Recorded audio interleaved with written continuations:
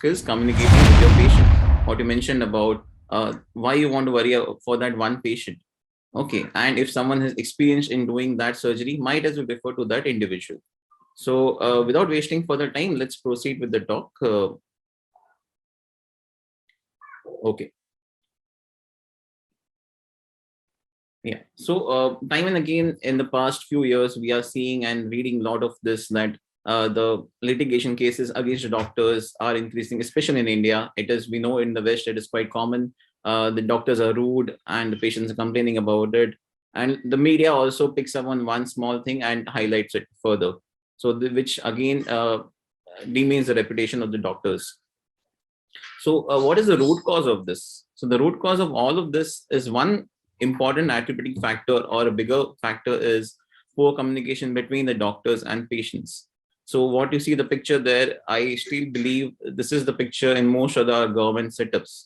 May not be in a private practice as of now, but this is what it is. What is what we have gone through as interns in a medical college as well.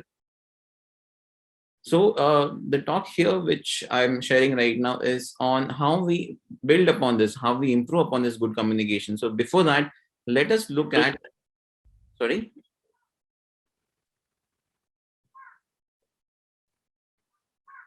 Yeah. What are the benefits we get out of good communication? The most important is managing difficult clinical encounters in a better way. I'll come to this in detail in the subsequent part of the talk. The patients,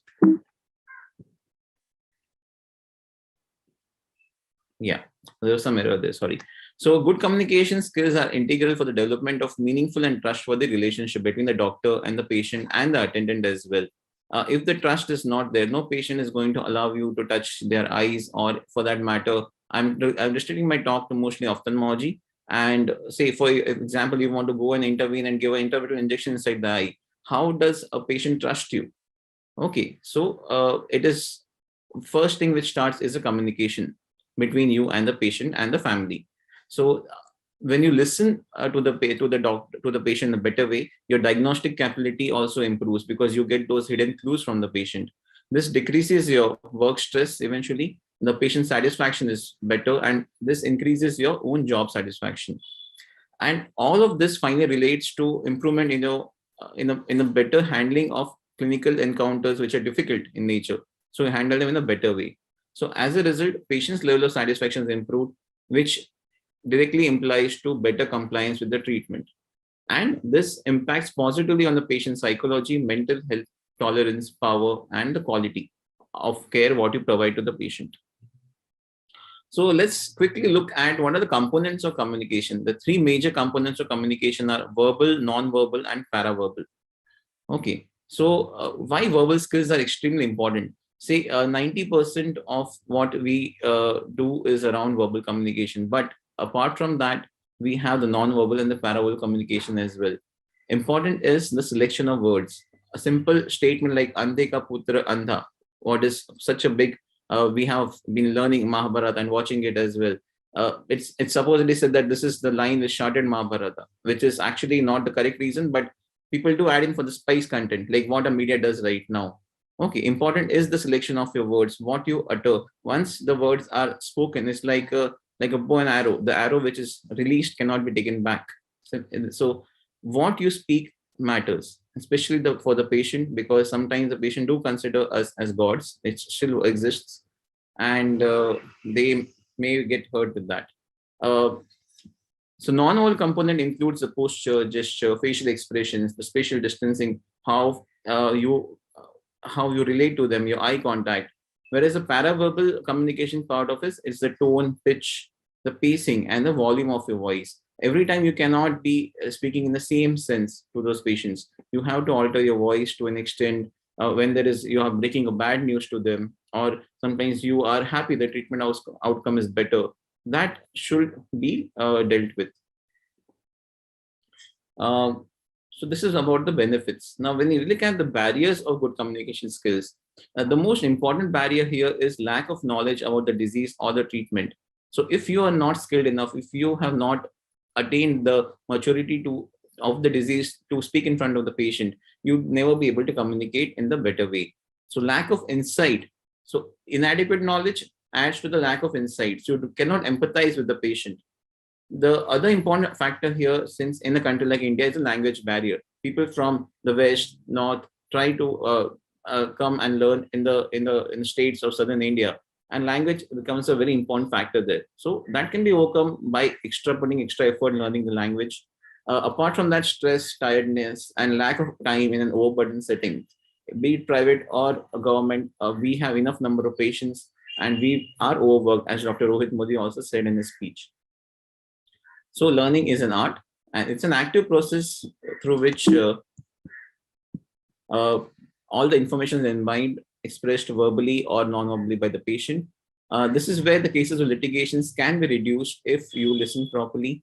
And listening is a part of verbal, non-verbal, and paraverbal communication. So the next question is, how do I become an artist?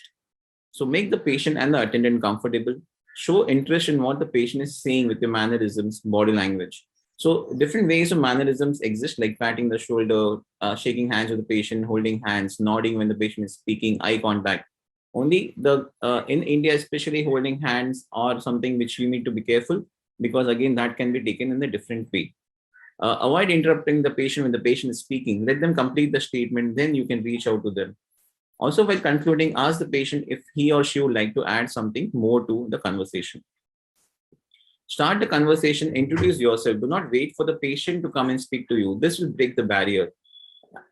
One other important point, what I have seen with a lot of younger doctors or new residence fellows, is that they do not know the patient's name or the age when the patient is sitting in front of them, and they ask them, so what is your name? And they are checking in their records or their the electronic medical records. So that is, patient feels little dishonored, disrespectful. So ensure that before the patient comes in, you know the data of the patient, his name or her name, and so and so.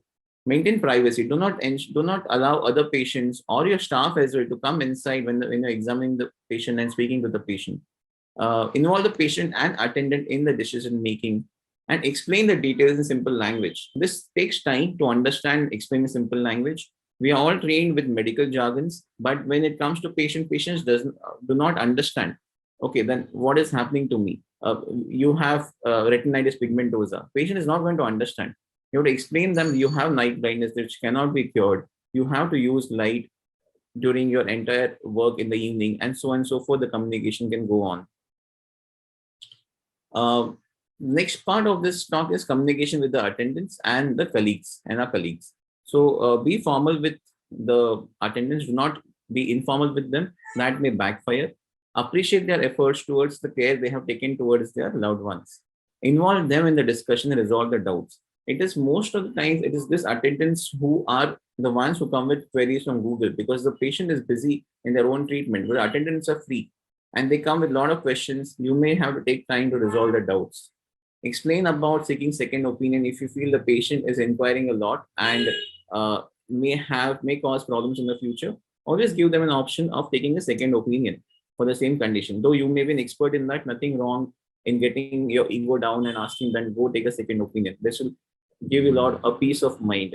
One more point I would like to add here is that uh, what happens is sometimes you explain in detail. Say a case of trauma comes in, you explain in detail about the condition and the prognosis to the patient and the attendant. Next time a new attendant comes in, you have to spend the same amount of time in explaining them. Second time another attendant comes in, and then you also lose your mind. So when you're angry, do not talk much and ensure that the same attendant follows the patient and comes with the patient rather than a new attendant every time. With your colleagues, very important, avoid loose talk, saying that this faculty is not doing a good job, this fellow is not doing a good job, or this staff nurse is not good. Okay, respect them. Avoid shouting at them in front of the patients, because they are the same kind of individuals who are going to treat the patients in your absence. Lead by setting examples. Last two slides about managing difficult encounters. It is a combination of factors related to doctors, patient, and the circumstances. And the doctor has both ethical and professional obligations to treat the patient irrespective of the ailments and the circumstances. So this is where things are not taught to us. And this is where over a period of time, we need to build our acumen in such a way that we understand how to manage difficult encounters and how to even break bad news. Say a patient You post endophthalmitis, you cannot save the eye. You cannot tell the patient you're going to go blind. That patient and the attendant may actually have a vasovagal syncopal attack and may fall down as well, which has happened in the experience in a lot of individuals if you look at the stories. So important is we need to learn the art of how to break bad news to an individual. It is a complex communication art, and majority of the doctors lack the competence as well as the confidence to divulge such bad news. So there are ways to tackle this. Prime up for the situation, rehearse, practice that what if the patient comes in such a way? How am I going to tell them? Say a couple comes with a child who has lost one eye. It is such a devastation for them, and you cannot tell on their face that sorry, your child has lost vision, we cannot do anything for it.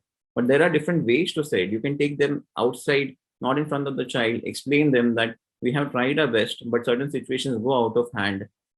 Okay, and we are let us see how what can happen and give them time to assimilate the information, adjust to the situation, and they'll turn around and they'll be very good patients and understand that you have given your best. This will all reduce the chance of litigation against you.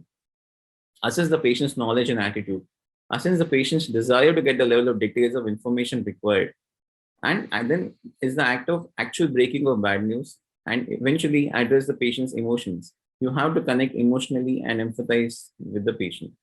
So in short, to conclude, good communication is important to gain the trust of the patient, improve your own knowledge, and give the best care available to the patient, and avoid any kind of futuristic litigation cases. That's all from my side, Amish.